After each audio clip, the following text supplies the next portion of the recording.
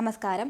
200-ലേറെ മലയാള ചിത്രങ്ങൾ തിയേറ്ററിലെത്തിയ 2024-ൽ നിർമ്മാതാവിന് മുടക്കുമുതൽ തിരിച്ചു കൊടുത്ത ചിത്രങ്ങളുടെ എണ്ണം വെറും 30-ൽ താഴെയാണ്.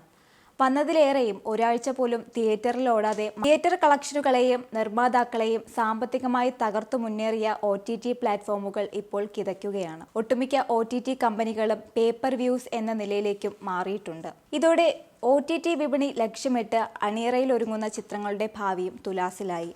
അങ്ങനെ പ്രതീക്ഷ കെടുത്തി 2024 വിട പറയുമ്പോൾ പുതിയ പ്രതീക്ഷകളിലേക്ക് വിരൽ ചൂണ്ടുകയാണ് 2025.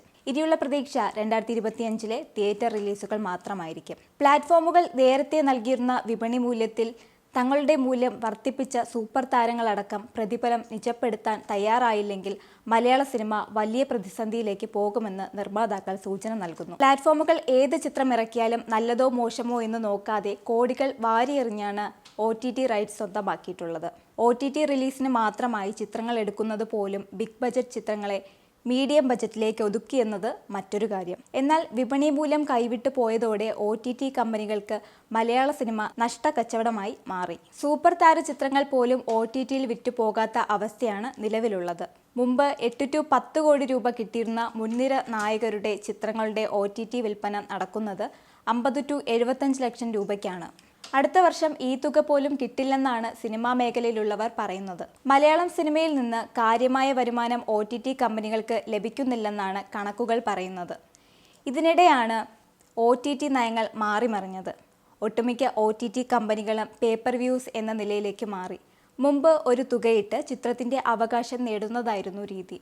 ഇപ്പോൾ വരുമാനം പങ്കിടുന്ന രീതിയിലാണ് കാര്യങ്ങൾ. വളരെ സുതാര്യമായ OTTയിൽ റിലീസാകുന്ന ചിത്രങ്ങൾ തൊട്ടടുത്ത മണിക്കൂറിൽ തന്നെ ടെലിഗ്രാം അടക്കമുള്ള പ്ലാറ്റ്ഫോമുകളിൽ ലഭ്യമാകുന്ന അവസ്ഥയുമുണ്ട്. അതുകൊണ്ട് തന്നെ OTTയിൽ സിനിമ കാണുന്നവരുടെ എണ്ണവും കുറഞ്ഞു. മലയാള ചിത്രങ്ങൾക്കായി കൂടുതൽ തുക മാറ്റിവെച്ച OTT പ്ലാറ്റ്ഫോമായിരുന്നു Disney+ ഹോട്ട്സ്റ്റാർ. Disney ഹോട്ട്സ്റ്റാറിൻ്റെ തലപ്പത്തുണ്ടായിരുന്ന മലയാളികൾക്ക് സ്ഥാനചലനം ലഭിച്ചതോടെ കാര്യങ്ങൾ മാറിമറിഞ്ഞു.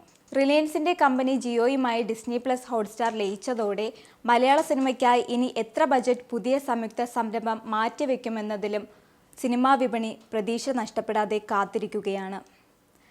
രാജ്യത്തെ OTT സിനിമാ വരുമാനത്തിൻ്റെ 2% മാത്രമാണ് മലയാള സിനിമയുടെ സംഭാവന. തമിഴ്, തെലുങ്ക് സിനിമകളുടെ സംപ്രേഷണ ആവശ്യത്തിന് കൂടുതൽ തുക മുടക്കുന്നത് പാൻ ഇന്ത്യൻ അടിസ്ഥാനത്തിൽ കമ്പനികൾക്ക് കൂടുതൽ വരുമാനം നേടിക്കൊടുക്കുന്നു. മലയാള സിനിമയ്ക്ക് ഇതര ഭാഷകളിൽ വലിയ സ്വീകാര്യത ലഭിക്കുന്നില്ലെന്നും വസ്തുത തന്നെയാണ്. ഇനി ബാക്ക് ടു തിയേറ്റേഴ്സ്. റിലീസാകുന്ന സിനിമകളുടെ എണ്ണത്തിൽ 2025 പ്രതീക്ഷയുടെ വർഷമായി മാറുമെന്നാണ് വിലയിരുത്തൽ. വർഷാന്ത്യം ക്രിസ്മസ് ചിത്രങ്ങളായി റിലീസിനെത്തിയ റൈഫിൾ ക്ലബ്ബ്, മാർക്കോ, ED എന്നീ ചിത്രങ്ങൾ ഭേദപ്പെട്ട കളക്ഷൻ നേടുന്നുണ്ട്. നവംബറിലെത്തിയ സൂക്ഷ്മദർശിനി, ഹലോ മമ്മി, സ്വർഗം എന്നീ ചിത്രങ്ങളും മുടക്കുമുതൽ തിരിച്ചു പിടിച്ചിരുന്നു. ഈ ട്രെൻഡ് പുതുവർഷത്തിലും തളരാതെ മുന്നോട്ട് പോകുമെന്ന കണക്കുകൂട്ടലാണ് കേരളത്തിന്. മറ്റൊരു വീഡിയോയുമായി വീണ്ടും കാണാം. നന്ദി.